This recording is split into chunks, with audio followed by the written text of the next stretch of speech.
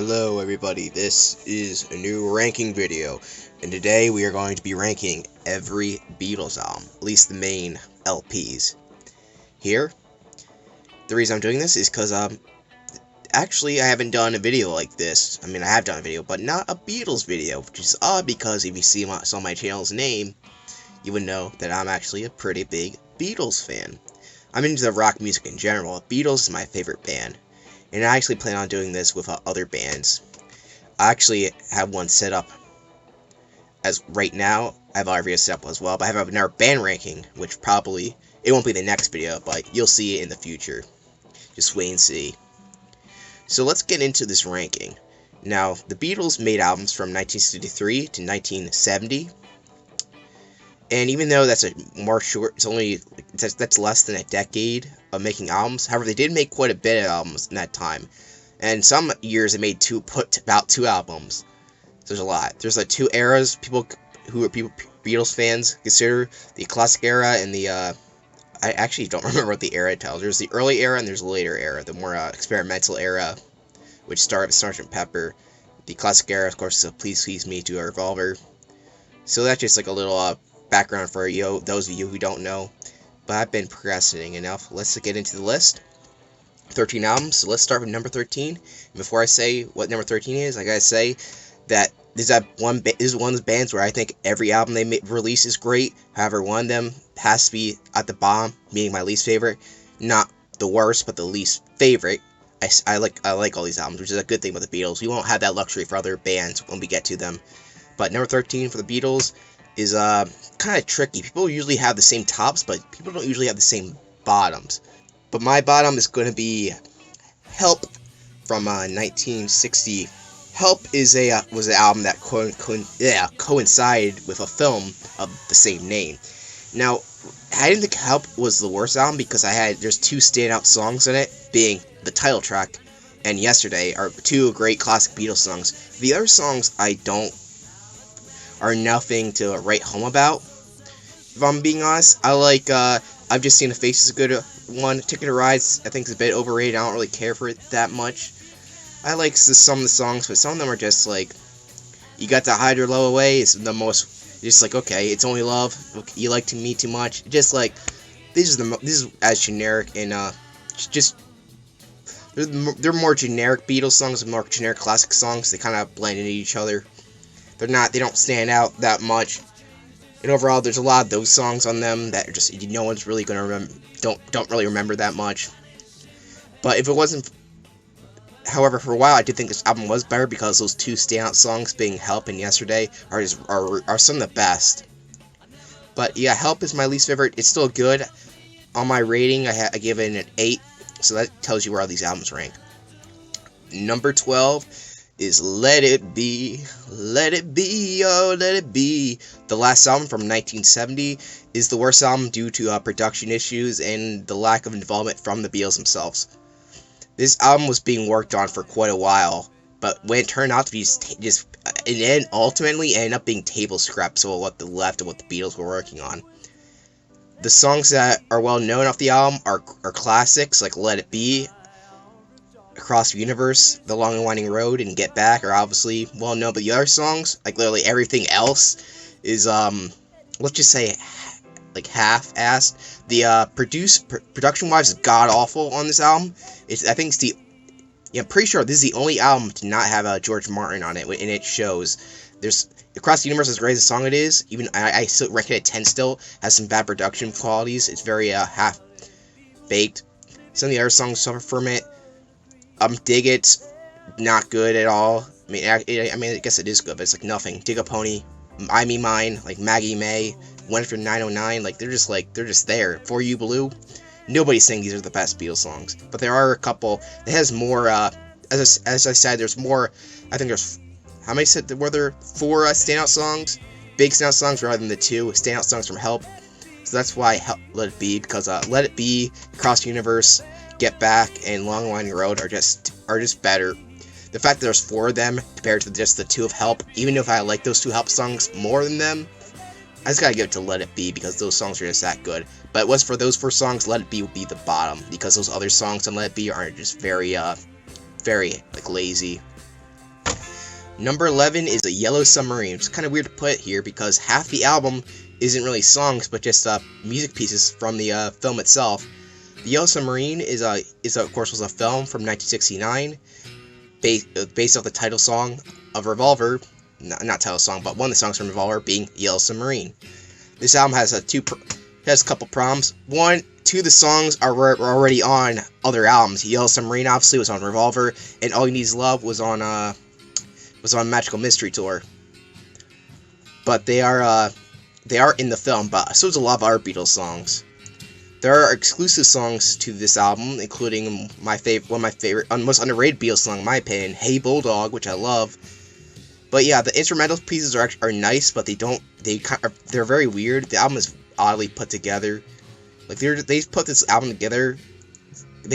What they did here is kind of weird. They put soundtrack pieces next to some of the songs that are in the film. The more exclusive, there's actually exclusive songs to the film, and that's where the album comes from. It's kind of a weird album. It kind of barely counts as an album because of those exclusive songs. In fact, this was officially released as an LP, so I'll be counting it here. Reason I put it higher because it has better production quality and I think it has better songs than the other two. At least when you listen to it all the way through, it does sound better than the other two. At least in my opinion. I know a lot of people put this at the bottom because the second half is a soundtrack, but I do think the score is what I should say. I still really like the score part. Number 10 is Beatles For Sale. I think a lot of people don't like this album, and I put it lower on the list, but I still really like the album. There's a lot of underrated songs I really like. Some of the people don't like it. People don't like Mr. Moonlight. I actually like that song. There's some. It's not the hot. There's no high. There's like. See, this album doesn't have any standout songs, but I like overall the song is more. All the songs they even out. Some notable songs that I like from this album is a No Reply, the title track. No, not the title track, but the first song. I don't know why I keep saying title track. No, I really like that song. I like I'll Follow the Sun. 8 Days a Week is the song that everyone knows off this album. That's it. There's other songs, but nothing like I really like. I like rock and roll music, but a lot of these songs, Kansas City, Hey Hey Hey, I like those songs. The problem is they're still doing covers in 1964, which at that point it's like, okay, this kind of it does feel like rushed a little bit, like the songs, writing words wise are just kind of like, there's a lot of covers in this album, and you feel like at this point it's kind of weird that they're still doing covers at this point, like except for their own stuff. But this album, probably the reason they did covers because they didn't have enough time to write the rest of the songs. But yeah, that's Beatles For Sale. A lot of people don't like it, but I do like it, because overall I think it's a good product. It's not a standout. It doesn't have anything really stand out in it. Number 9 is I can't even speak. It's With the Beatles from 1963, the second album, and it's a good album. However, it doesn't go up from the previous album. It has a second album. It has a unique cover. Of course, there's some standout songs in this album, like It Won't Be Long and All My Loving, as well as Hold Me Tight, which are classic Beatles songs, meaning the classic era. There's covers on this album, of course, including Please Mr. Postman and Roll Over Beethoven. It's good, but a lot of the songs in this album are very similar. Like this album's good, but like a lot of songs, it doesn't have the best flow. Is why I put it at number 9 over higher. It's not my favorite classic Beatles album. It has standout songs, but no 10 out of 10 songs on this album. So that's why it's at number 9. Number 8 is where some people will probably get mad at me, because I'm not the biggest fan of this album, but I know a lot of people are. Number 8 for me is Rubber Soul from 1965. There's a lot of people who say this is the best album. It's not most people don't. Some people do put it at number 1, but a lot of people put it like up high up. Maybe at the time it was a very important album for the Beatles, but for me it's one that it doesn't really do that much for me. There are good songs on it for sure, but some of the other songs some of the other songs that no one really talks about I think are kind of pretty weak. Some songs I guess I mentioned some of the songs. Girl is amazing, but there's Nowhere Man, which I love. There's some other songs that are just like, okay, I like them. That's most of our album. And there's some songs, You Won't See Me, I don't like that song. Like, I don't hate it, but I don't really care for it. Run for Your Life, Wait, If I Need Someone, I don't care for them. In My Life, I think it's good, not great. People say it's one of the best songs. I don't understand that, really. I know that it has good lyrics, but I think there's other Beatles songs that have better lyrics and better melodies, so for me it doesn't really stand out. Overall, I like the album. It did step it up for the Beatles, but I don't think the song quality is as good as other albums, and that's why I have it at number 8. Like I said, I don't hate any of these albums. I actually love all the albums, but to a lot of people this is higher up. I think it's good, but I don't think it's great. Number 7 is the first album, 1963's Please Please Me. Talk about a great first album. Recorded in one day, the Beatles had their first album. Half the album is covers, but they're really good covers, and the other half are the original songs. Now, these are the best. I would consider this to be one of the best classic Beatles albums. The songs I Saw Her Standing There and Twist and Shout, Twist and Shout is a cover, are my top 10. I'm not sure if Twist and Shout is my top 10, but I definitely know I Saw Her Standing There is my top 10. Actually, I'm pretty sure I put it at number 3. That's how much I love that song. It's so good. I love all the songs I really like, including title track. I can actually say title track. Please Please Me is pretty good. Yeah, some of the other songs are because every time I listen to Beatles albums, every time I listen to anything, I usually start with the first one, and so I listen to this one more than the other classic albums. So I know some of these songs a bit more. Some of them, Boys is a good song, and I go to him. These songs are good. Some ones I would say are weaker. There's a Place, A Taste of Honey, Baby It's You, P.S. I Love You, Ask Me Why, Chains, and Misery are the weaker songs. When I say weaker, I mean not as good as the other songs. But overall, the album is pretty good for especially for a first album, especially since it was recorded in one day. It has a lot of quality. Number 6 is the last classic. Actually, it's kind of classic album. Number 6 is Hard Day's Night from 1964, which is also tied into the film of the same name. Now, the film's a classic, including most of them. I love all the Beatles films except for one, but I love that album. Hard Day's Night, I think, is one of the best because it's short. It's shorter than the other albums, but it's actually more, because the songs kind of blend in together. It does work better because you're not telling these early albums. A lot of them don't tell stories all the way through, so it's a little bit better to have these albums be a little bit shorter if they're they're gonna keep procrastinating. I don't even know what I just said there, but reason like A Hard Day's Night, well, it has some great bangers. I don't know what you call it, but let's just say what the good songs are. A Hard Day's Night is a great title track. If I Fell is great. The song Tell Me Why, I love that song. It's pretty underrated. Can't Buy Me Love, that's a great song. I Should Have Known Better is good. I'm Happy Just to Dance With You. Anytime at All. I'll Cry Instead. You Can't Do That are good. The weakest song is I'll Be Back, which is the last song. It's like nothing. But the rest of the song is the first album to not have any covers. Well, I'll say it's shorter. It's only one song shorter. I don't even know what the hell I was talking about at one point. But just say this is a good album. You get through it. You get through it snappy. There's no some of the albums you might be like, oh, it's kind of going on a little bit. This one album does not drag at all. That's what I was trying to say back then when I was rambling and all like that. So yeah, that's number 6, and we're getting up there. Number 5. This album is the most mixed album because half the album is great and the other half is eh. But I play number 5 because of how great it is. The Beatles, or as most people call it, the White Album. This album has obviously the most songs on it because it has came with 2 vinyls, or 2 discs, if you prefer. And yeah, this album has obvious problems. Production is not the best. It's a hodgepodge of random stuff thrown together, basically. That was the way it was meant to be made, though. Was the reason why this one's better than Let It Be, because it was meant to be that way. I think would have been better the other styles of albums. But hey, White Album. People love this album. I love it, but I can't. The low points, pretty much if it was just the first disc of White Album, I would say it'll be like really up there. The first disc is really good. Second disc, on the other hand, not so much. Let's just go over what songs I like. Back in the USSR, great opening song. Oobla Dee Oobla Da, I love that song. I know some people don't because they're John Lennon fanboys. And they had to say whatever, they had to believe everything he says, whatever. When my guitar gently weeps, it's not my favorite, but I do understand why it's so good. Happiness is Warm Gun is really good. Julia's a great song. Birthday is a great hard rock song. Helter Skelter is one of my favorite songs. It's actually one of the earliest metal songs too, which is really cool.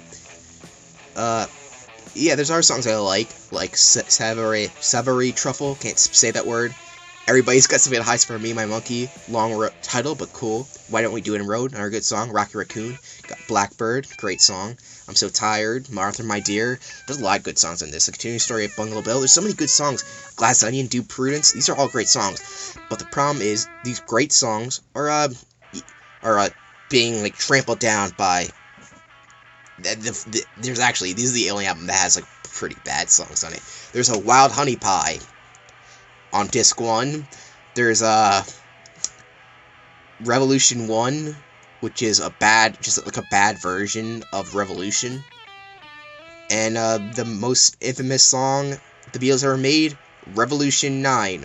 It's one of the worst songs I ever heard. I don't even actually would rather listen to it other than some pop music I've heard. Pop music is god awful. But yeah, Revolution 9 is pretty bad. People try to defend it, but there's nothing to defend it. Just a mess of just stuff that John Lennon threw together. Just some guy saying number 9 over and over again, and then just some random orchestral themes that are stolen from other things. It's not good. It just takes up a bunch of space. It's one of the reasons why this album's so long. It's a chore to get through. I didn't get nothing out of listening to music. It's just like, what is there to like about it? I don't understand. The song just doesn't make any sense. It's experimental, but it sucks. Sorry, as someone has to say, I'm not going to defend that song. The rest of the album is great, though, but because of how mixed bag it is, it goes in number 5. Number 4 is Revolver from 1967. This is technically the last of the classic era, but it kind of blends into more modern, not modern, because obviously, but it's in the middle, exact middle. Revolver is a great album, and I think it outclasses Rubber Soul, but a lot of people think Rubber Soul is better. I don't understand that, but whatever. Revolver is when the Beatles started to get really good. Like, they were good before, but they started to get really good at this point. Let me just list the songs. Eleanor Rigby, gotta love it. She Said, very underrated. It's one of my favorite Beatles songs, and so underrated. Listen to She Said, it's so good. Other songs like Taxman, great song about screwing over the taxman. Not really screwing him over, but how the taxman screws you over. I'm Only Sleeping, a great song that everyone can relate to, because who doesn't want to sleep? Yellow Submarine, I mean, come on, this is a classic. They made an album based off this song. A movie based off the song. And Your Bird Can Sing, a great rocker. Got to Get You Into My Life, another good song.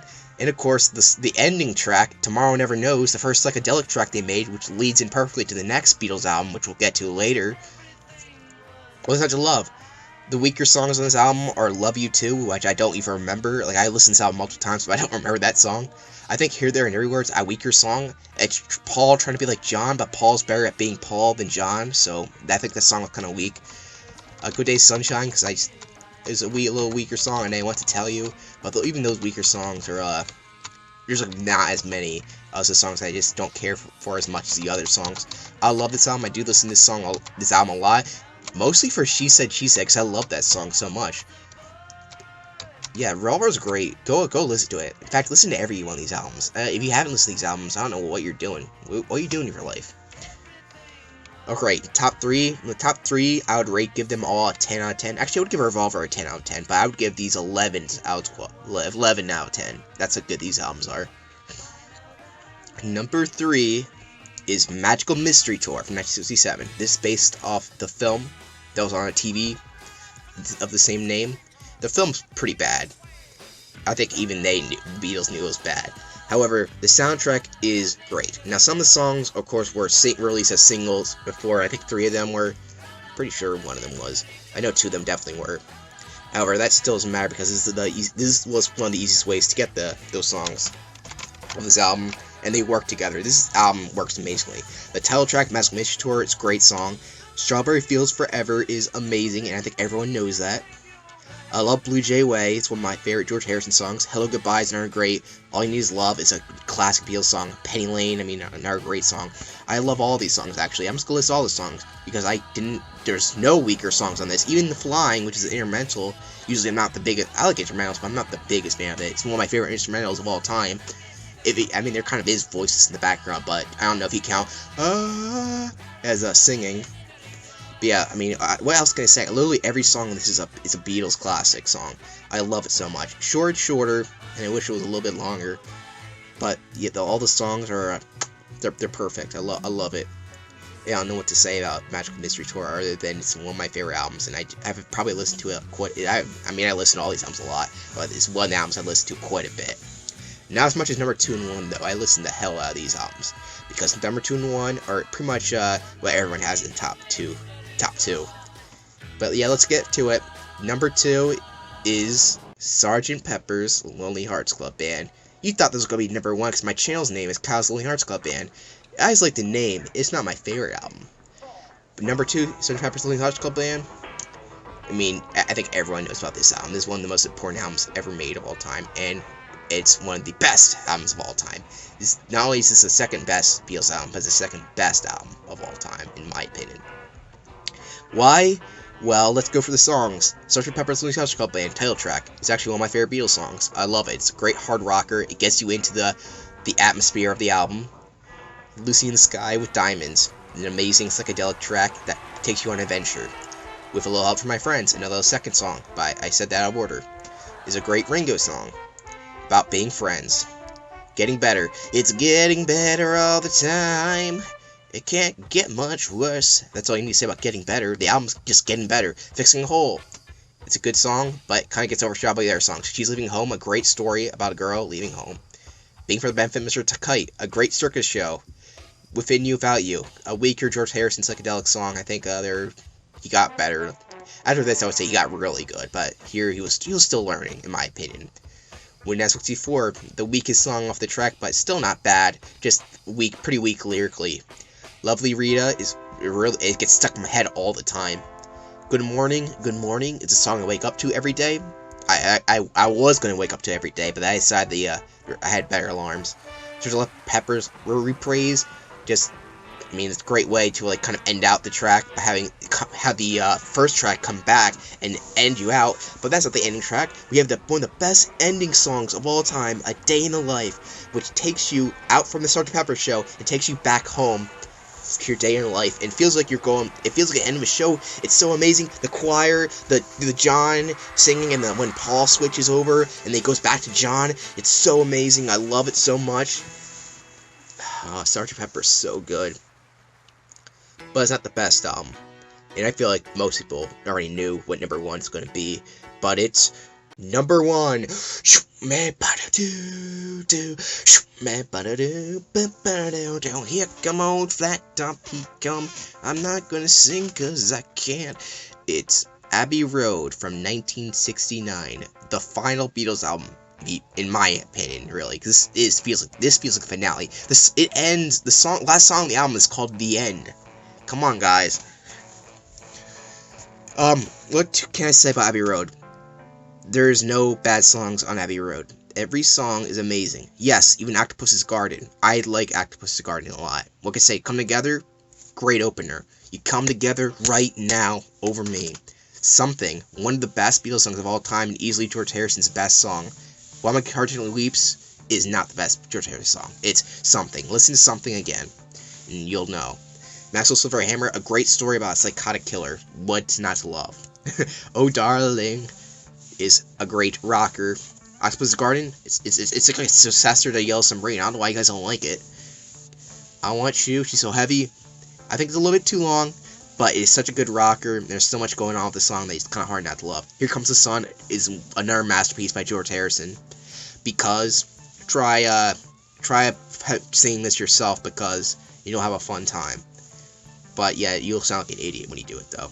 and the Abbey Road melody, which features a lot of songs, are amazing. The fact they all go into blend into each other is such an amazing way to end out the album. And of course, with the amazing end being the end, which it's great rocker. It just like feels like, yeah, this is the end, and it's the best finale ever. Also, there's Her Majesty's at the end, but it's kind of a throwaway track. I don't even know what to say about Abbey Road that hasn't been said before, but I just said I went for all the songs. If you haven't listened to this album, I don't know what the hell you're doing. You need to listen to this album. If you're not gonna listen to any album, but you have to listen to just one, this pretty much should be the album you listen to. It's a masterpiece on like pretty much every level. There's like nothing I dislike about it. Yeah, I even like Octopus Garden, as I just said. I love even the album cover is just amazing. I love it. This is one of my true loves, is at Beatles Abbey Road album. And that's going to be it for this video. Thank you for watching. Subscribe to my channel for more ranking videos. At one point, I might do a song ranking for the Beatles. That's going to take me a while to do, however. But keep in mind, if I ever do that, I'm not going to talk through it. You guys probably might like that because my voice may be annoying. But yeah, I have other ranking videos on non-Beatles or rock music, because this is the first rock or slash Beatles slash music ranking I've done, like in this style. So if you like this, you might like those. I also have other weird content on my channel, so you can go check that out. And thank you for watching. Stay tuned for more videos. I definitely have a lot more coming during this season of being sick. Not me sick, but everyone else being sick, because I'm quarantined. Thank you for watching. Subscribe to I'm a Pizza Man, which is why I call my subscribers, in case you're wondering. And thank you. And in the end, all the love you shared is equal to the love you made. I actually forgot how that went. I haven't listened to it. I need to listen to Abbey Road again. So I'm going to go listen to Abbey Road. Thank you for watching. Goodbye. And we'd like to thank you on behalf of the group. And I hope we pass the audition.